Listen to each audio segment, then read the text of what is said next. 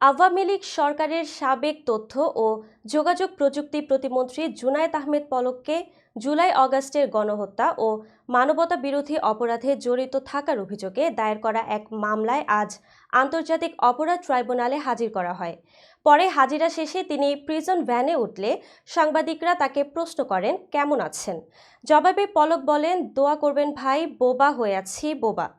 মঙ্গলবার দুপুরে আন্তর্জাতিক অপরাধ ট্রাইব্যুনালের সামনে এই ঘটনা ঘটে। প্রিজন ভ্যানে ছেড়ে যাওয়ার সময় উপস্থিত সাংবাদিকরা সাবেক প্রতিমন্ত্রীকে ফের প্রশ্ন করেন, পলক ভাই কেমন আছেন? এ কথা শোনার পর তাকে মুখে আঙুল দিয়ে কিছুক্ষণ চুপ থাকতে দেখা যায়। পরে ভেন্টিলেটর দিয়ে বাইরে তাকিয়ে তিনি সাংবাদিকদের উদ্দেশ্যে বলেন, আপনারা মুক্ত আছেন তো? আমরা বোবা।